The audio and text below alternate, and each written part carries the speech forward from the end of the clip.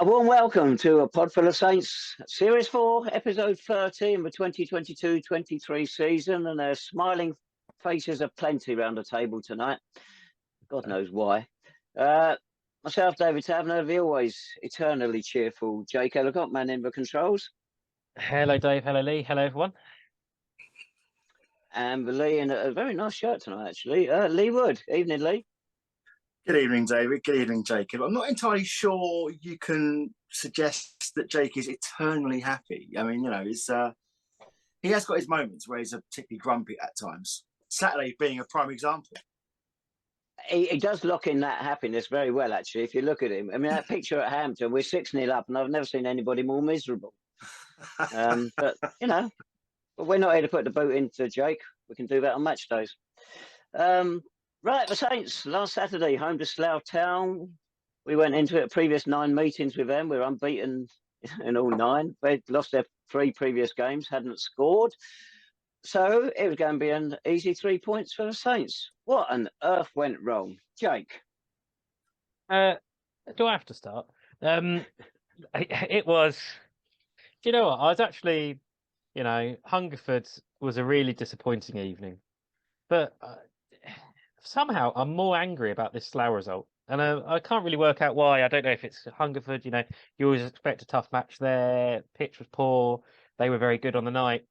Slough on Saturday, I think what disappointed me most was there seemed to be a lack of a plan or anything sort of about the match. And I think the most disappointing thing for me is it came just a few days after Ebbsfleet United, when we looked brilliant all over the pitch. We looked organised. We looked prepared. We looked ready.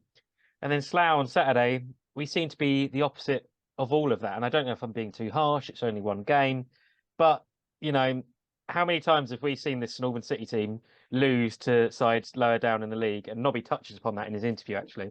And it's just so infuriating that it's February again. We're wobbling again when we look like we could be getting a playoff place this season. And it's just infuriating.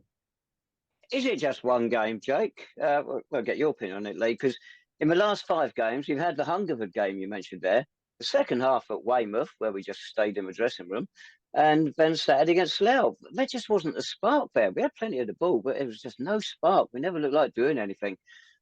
You got a theory, Lee? Plenty of theories, mate. Know about the game, sadly, but I think the word there, just spark. I don't want to overreact, but you do have to react to what was served up.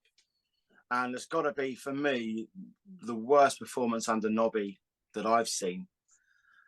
I mean, it's stark contrast to what was served up, wasn't it, the previous Tuesday? And I know that you don't want to lump on the players too much, but, that was so far away from the performance that we expected. I think that was the most disappointing factor of it.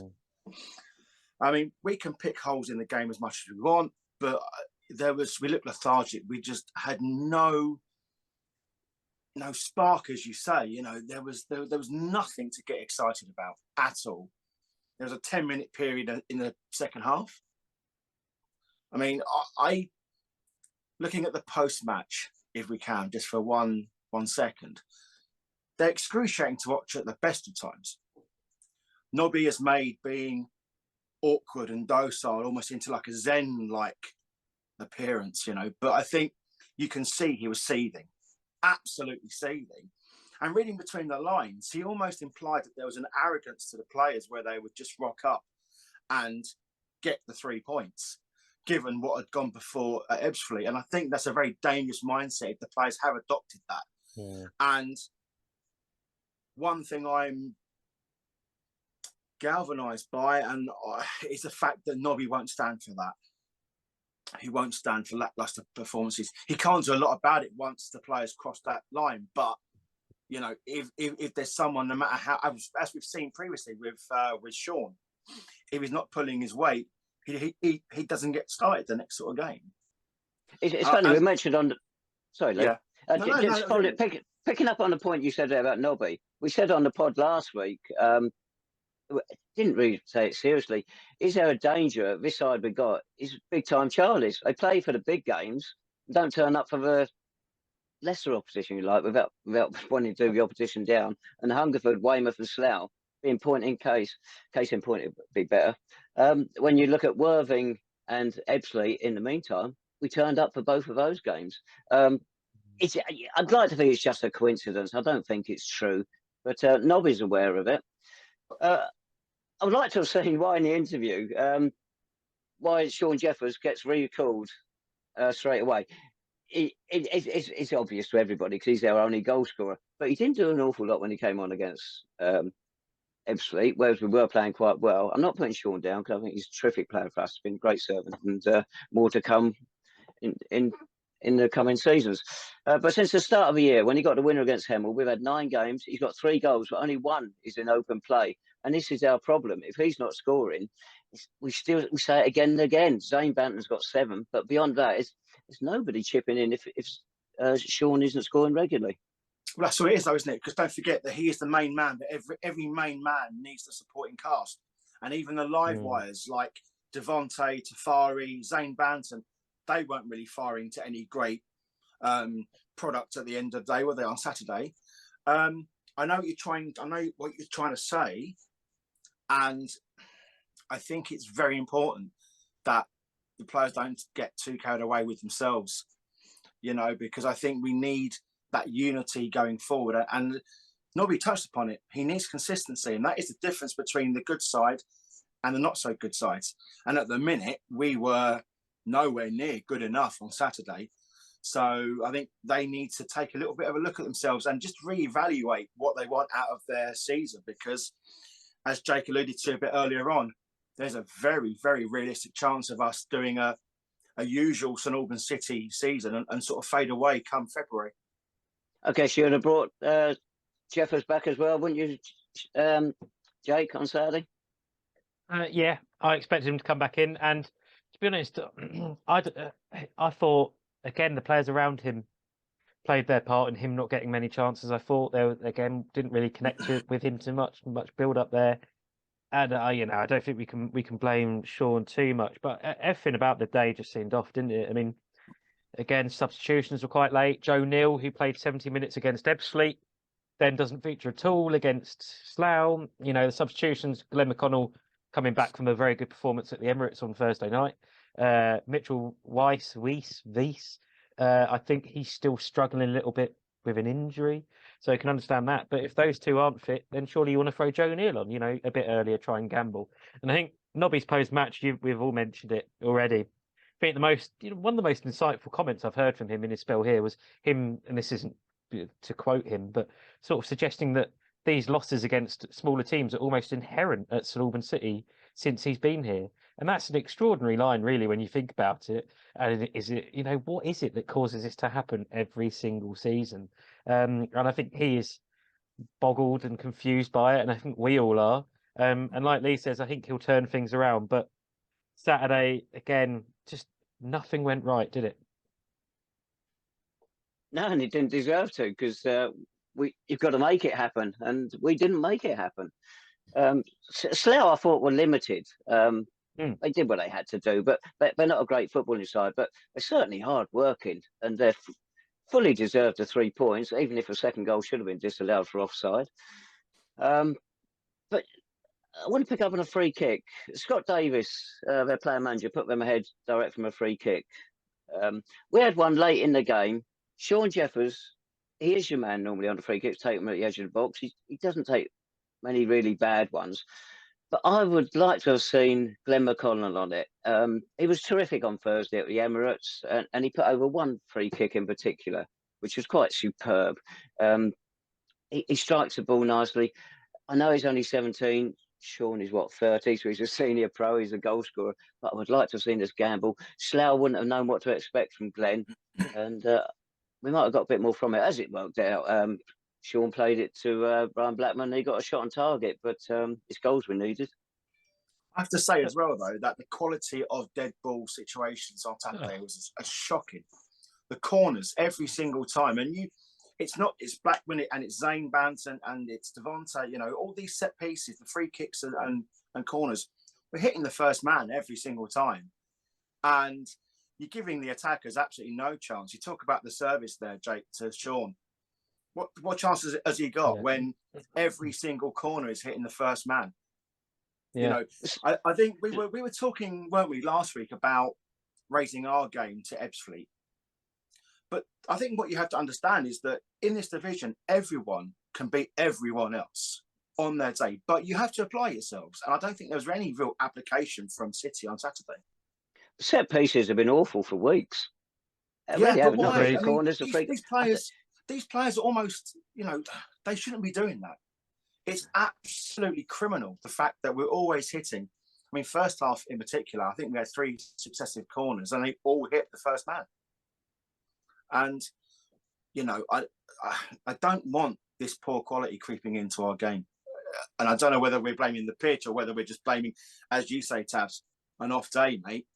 I mean, there's off days and there's off days when you've got a big expectant crowd at the park. And Slough, on paper, should be there for the taking. You just got to apply yourselves right. And if we play half as well as we did against Ebbsfleet, then surely we give ourselves a good fighting chance, no? I think everybody expected us just to not roll Slough over, but win Saturday quite comfortably after the performance against Ebbsfleet. Didn't matter that we lost. We played so well. Everybody was buoyed up. And it just didn't happen. Whether we need a really strong character on the pitch to kick players mentally when it's not working, I don't know. In my time, I've seen a few really good captains, Dave Neville in the 70s, John Watt in the 80s, but very few captains really inspire you. And I think we're lacking that sort of figure on the pitch at the moment. Possibly, but then do you have to jeopardise, you know, do you have to sort of sacrifice something else in the side? Nobby obviously likes to play a certain way. He likes a free-flowing football, play football in that third, commit players, and then you create space after that. I know what you're saying, and I'm probably with you. I mean, I was brought up on the likes of Kevin Mudd and Martin Duffield and alike. But football's a different situation now. I think there are leaders on the pitch without being particularly vocal. You know, you lead by example, Jeffers being one, of course. But I think there are situations in games like that where it's just not working. It's just not ticking over. Jake, you spoke earlier on, mate, about, you know, the results that we've had and those sort of absolutely crumbling losses. David Noble's been instrumental part of all of those squads, so he should sort of know more than anything how to maybe counter them. I mean, Nobby is a prime example about how leaders should apply themselves on the pitch. He was always grabbing the games by the scruff of the neck. Not necessarily vocal, but just in the way he applied himself and the way he just, his quality on the ball week in and week out. Do we have someone like that in our side currently? Flashes from individuals, but on the whole, we need a team unity now to take us forward. It's funny because we're getting down, but a week ago we're up, but it's not a one-off, as we've mentioned. There have been other examples recently, and Nobby's got to get us back up to that level to start beating sides like Dulwich on Saturday. 1 point in 10 games. It's unthinkable we're not going to win that game. Yeah, and you talk about leaders, you know, Slough had one of them, didn't they? They had Scott Davies in the middle, you know, player manager, and he wasn't spectacular, but he scored a very good free kick. And he did the basics and he organised them well. And I think that's the most annoying thing, Lee, you've mentioned it. Slough were not particularly amazing on Saturday, were they? You know, they did a job. They got their 3 points, sorry, but, you know, they didn't create a lot. There wasn't a lot of great play from them. And if we just stepped up to that level required, apart from 10 minutes at the end, which, you know, I don't think it's any surprise that you had Glenn McConnell linking up with Devontae Stanley on the right. He had a bit of space there. And also 5 minutes before the half-time whistle, when their goalkeeper, Will Dennis, it has to be said, made 2 very good saves. And, you know, if one of those had gone in, does the game change? Potentially. You know, the first as well from the corner is a very good save. But, you know, you can't, you know, that's 15 minutes out of 90. Those other 75 minutes was just so disappointing. And, you know, games are tight at the minute, but you've just got to step up. You know, the games are ticking down now. Other teams are, you know, we kind of got off with it a little bit on Saturday because other teams did drop points to some extent, but teams around us are winning. The gaps are closing up.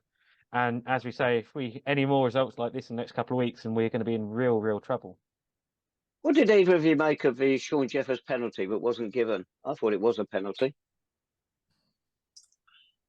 Yeah, possibly. I mean, to be fair, the fact that you could see Sean's frustrations as the game unfolded, because he was throwing himself around towards the end, last sort of 15 minutes. He was doing what he was sort of reverted back to type almost. You know, he wasn't getting the decisions. He was throwing himself to the ground with relative ease. With regards to that, I thought it was a pen, if I'm honest. But then again, obviously, I would do, because I'm a Slough City fan. But well, you say that, but the one we did get, I didn't think was a penalty actually. Well, that was a generous decision. I thought Sean one was, and I think there was not much intent to play the ball by the defender. But I think a couple of minutes before or a couple of minutes after, I think there was a challenge again in our half. A Saints player sort of went back to back with a Slough player, and they just fell over, and the linesman just gave it. So it's just that inconsistency that's infuriating. And I didn't think the officials had a particularly good game on Saturday, but we can't blame them for our own poor performance, can we at all? Lovely to see Elliot Benyon and Johnny Goddard back at the park. Elliot Benyon, of course, could have scored with that header in the first couple of minutes. Yeah, I think if anyone wants to sort of remiss, just sit there and recite the romance of Saints being in the conference, Elliot Benyon was the prime example of, a good player. The backs were against the wall in terms of us being in the conference that year. Squad was thin, hardly ever sort of trained towards the end of it. We were mixing it with the big boys. But he was a good player, and it was good to see him get a reception as well on Saturday. Good attendance, 1,500 odd, third highest of the season. But that's what I think that was on the back of the Ebbsfleet result, the performance. Dave, you spoke about the run that we're on. If you take out the Ebbsfleet performance and you take out the Worthing game, there's a basis there to be a bit more concerned than what we probably actually are. But I think we shouldn't overreact. Don't get too high and don't get too low. But there is premise there, Tabs, because the thing is, Jake alluded to there, other teams are dropping points, but we're not really in a position to drop any more if we want to make a serious challenge for the playoffs. No, our record against the top clubs, so forget about dropping points against the bottom clubs, our record against the top clubs isn't that great either. We've not got a lot of leeway anymore. Dulwich, we've got to take a win from that, because where are we next week? Away to Havant and Waterlooville. All right, they're out of form at the moment as well. We mustn't give them points to allow them get further ahead of us, because they are still catchable from where we are. Well, that's a bizarre thing. Oxford City are now third, and their game down at their place. How did we really get a point from that at the end? I mean, that final 20 minutes, we're battering them, weren't we? So this division is so tight, and you do not have to be a great team to get a top 3, top 4, top 5 finish this season. Of course, everyone's winning. The quality is okay, but all you need is a bit of consistency and a decent run of form. And we had that, up till early January. And then since that, we just haven't had it, have we? And I just can't. I was very annoyed after Saturday, and I just cannot believe doing this again. He was very annoyed. We're doing this again against these these lower teams in the division, who we should be picking up points against and really winning against if we have any aspirations this season. And maybe some will say I'm asking for too much, but decent crowd there Saturday. All you've got to do is perform, and I think disappointing as well. I'm glad that a few of the players went over to shake the hands with the kids at the end. That's really good. But so many of those kids, they can't have enjoyed that performance on Saturday, and I hope they want to come back, because it was just so poor. It's actually interesting you say about the kids there, Jake. And I know when you're annoyed because you send texts at 1 o'clock in the morning and wake people up.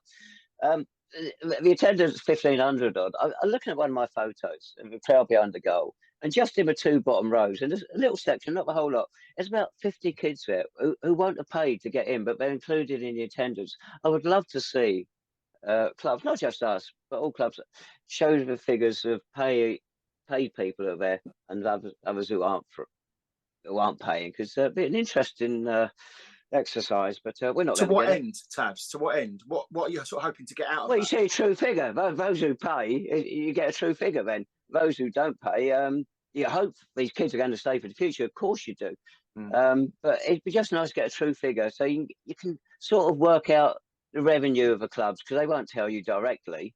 So it gives you an idea of how the clubs are doing, because we know we pull it in all the other satellite units around the club, around the outside of the pitch. So we're not doing badly down the park at the moment, that's for sure.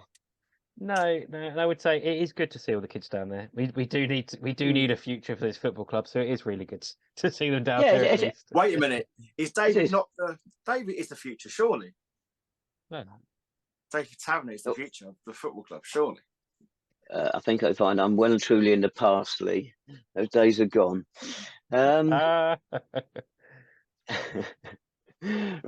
And in amongst that 1,500 odd, I believe you had some friends from a foreign land. We did. We had a quartet of friends come over from our twin town in Worms. They were well oiled. They were looked after the whole weekend. They loved being back in St Albans, of course. Who wouldn't? They didn't enjoy the football as much, but a few beers afterwards soon saw to that. But I think it's in. We got on really well with them, as we always do, and they said that they could see we've got some good players, and they see that we've got the start of something, but they, rightly or wrongly, sort of compared us to the Allison teams, where that sort of flat as to deceive. Good players, not really performing, but it's the same old City. But I assured them it wasn't quite like that. We have been playing some spectacular football this season, and the players, the individuals, have been performing more often than not. And I promise them the next time that they come over, surely it can't be as bad as that. That's not much of a promise, to be honest, Lee. It's such a low starting point. Yeah, but I'm full of shit anyway, so it doesn't really matter. So it's fine. Right, okay. You got any feedback on the game from any supporters that we can use? Lots of negatives. I think quite a few comments about the pitch again. Scott Davies nearly retired himself with his goal celebration with the way he went over the pitch. And yeah, I think that the pitch again, it's not particularly conducive to great football at the minute, is it? Especially on the Coca-Cola side of the pitch, which is a struggle at the minute. But then both sides have to play on it, didn't they? And we just didn't quite perform. Yeah, I've got a couple. Onwards and upwards indeed. I've got a couple. One which again picks up on the state of the pitch at the moment, unfortunately. This one also said he's very impressed with McConnell when he came on. I would hope when we get onto it in a minute, we'll all agree that Glenn should start now that Cambridge are out of the FA Youth Cup. But this one here also spoke about Elliot Benyon, and I'll quote it directly. It says, Elliot Benyon is one of a few, maybe only, City players to have the honour of a Jeff Stelling comment about him during our one season in the Conference National. Reading his name out as a goal scorer, Stelling said he sounded like a hero from a 1930s American detective film. That's very good. Well, he was a hero for many weeks when we were in the conference. So yeah, not too far from that point, Tavs. No. Right, we mentioned Dulwich. Let's move on to it. Champion Hill. Any changes? I've hinted at one. I think Glenn McConnell's got to start. He's only 17. We don't want to overuse him. If we have to take him off after 65 minutes or whatever, then do so.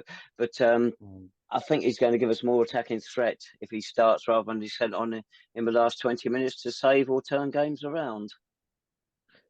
Absolutely. I think I'd start him instead of Shea Cooper. I know Shea played well against Ebbsfleet, but against Slough, he didn't particularly pull up many trees, did he? And, that's not really necessarily on him. Again, the team behind him didn't have a great game. Team around him didn't have a great game.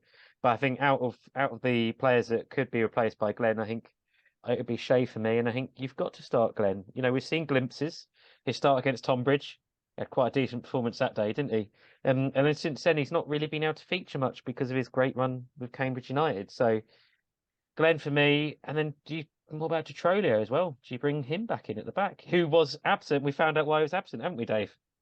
Well, it's ridiculous. The reason he wasn't in the squad for the Ebbsfleet game, he was played earlier that afternoon at the Oakville training ground, home of Barnsley, for Coventry under-21, Coventry City under-21s. They drew 1-1. He played the whole 90 minutes. Now, David Noble will have known. You would guess the secretary probably knew as well. And yet the club was kept in the dark. Supporters kept in the dark. It's great publicity. And we blew it. We didn't make the most of it. Well done, Ricky. Great that you're making progress at Coventry, and long may it continue. But it would have been nice if we know where you were. Media teams, eh? What are they? It's not their fault. Not their fault. It's higher up. The lack of communication. They didn't know about it. There's a full-time media bloke at the club. You're telling me he hasn't known? He didn't. No one knew where Detrolio was at the club. No one knew where. No. I'm saying higher up knew. It didn't come down to the people who would have been able to give it some publicity. Then why not? That's why. Because well, I'm not going to go into that, but I think you can guess why. Lack of communication from certain people above. Put it like that. Ridiculous. Which is sad.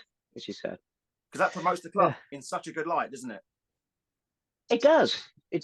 And Glenn playing for Cambridge United last Thursday at Arsenal. We had a tweet on it, but nothing on the website. But nothing seems to go on the website now. It's interesting news for supporters. Why not?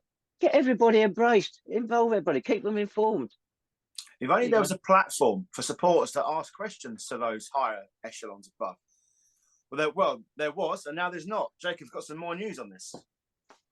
Yes, the fans forum has been postponed, which is due to be this Wednesday, because Lawrence Levy, according to the tweet, is recovering from injuries from a cycling accident. So get well soon, Lawrence. And I think it's been reorganised for April at some point.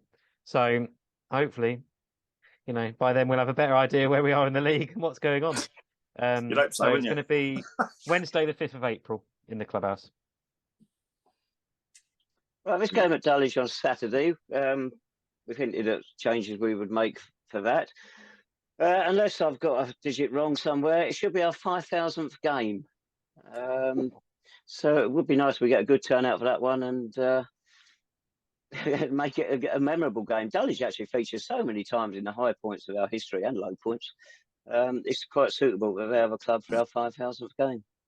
It is, and it's a massive game. It really is. We've got to get back to winning ways on Saturday, haven't we? Again, maybe we're being a bit too excitable, but you've got to bounce back after last weekend. Teams around us keep picking up points. We've got to pick up 3 points at Champion Hill on Saturday. In front of a big crowd. I'm sure there'll be plenty of Saints fans there as well, cheering on the boys as always at Dulwich. And maybe a few of the Dulwich fans will join us as they did last year during the second half, which was a very bizarre scenario. But it's going to be a tough game. Dulwich, again, scrapping for their lives, fighting relegation. It's going to be difficult, but we've got to step up. They got James Comley down there. Hardly starts these days, but he's down at Champion Hill. What a player. Yeah, brilliant player. They've got good players in this squad. They got Ronnie Vince, Danny Mills is still there. Sanchez Ming. These are all players that, if we're not careful, will hurt us. Yeah. Well, it's interesting. Danny Mills is top scorer on 11, and they got 2 other players on 9. So they got 2 second highest scorers, higher than our second highest scorer, and yet they're way down the bottom of the table. So we need some others to chip in. Anyway, there we go. You two like my prediction for Saturday then? Do we have to? You're afraid so? Well, I'm going to refer back to Nobby's post-match. It just depends what team turns up, doesn't it? At the minute, given the absolute debacle that we witnessed on Saturday, I'll be happy coming away from there with a point. If I'm honest, I'm going to go with a 1-1. You can do better than that, Jake. 2-0 Saints. Yeah, I'm going to regret that. I'll be surprised if we don't win. I mean, they lost 2-0 to a very poor Hampton side last Saturday. You've got to go out there and, not to put the pressure on, but we've got to perform. No pressure at all. They've got 1 point in 10 games, as we mentioned earlier. No it's a given then, is it, boys? we've been here before somewhere, haven't we, fellas? Yeah, not that many days ago. Yeah. But next Wednesday, not Tuesday, next Wednesday, we're away to Havant Waterlooville. They're not having a good run at all. I've got them down here as 5 defeats in their last 7. Not scored in those 5 games as well.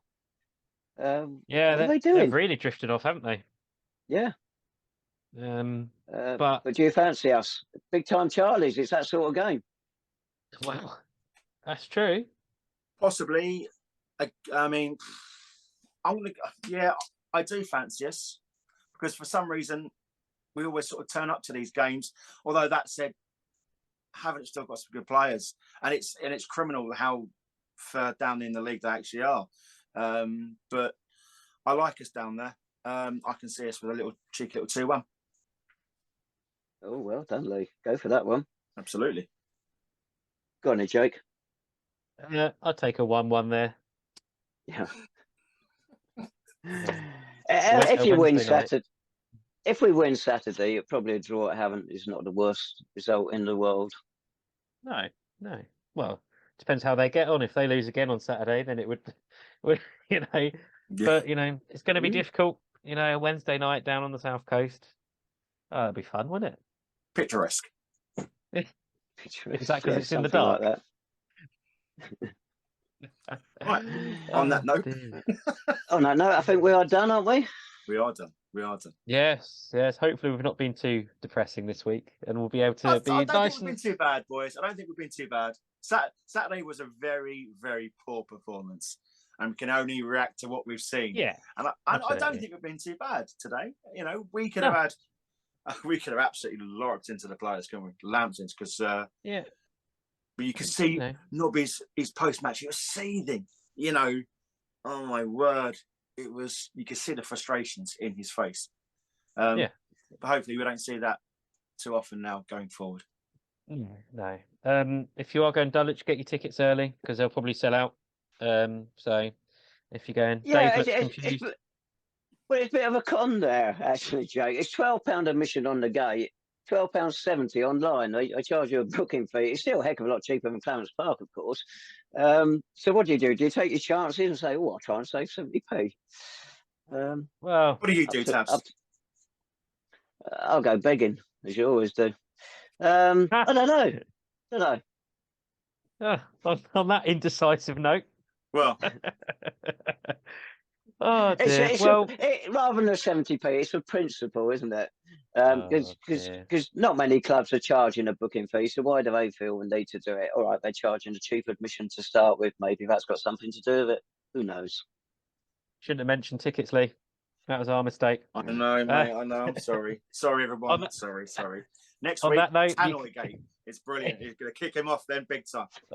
If you have any opinions on ticketing or tannoys, send us a tweet at Podful of Saints or email us where Dave will pick it up. Oh dear. And we will see you again next week. Thank you very much for joining us. Take care. Yeah. Bye.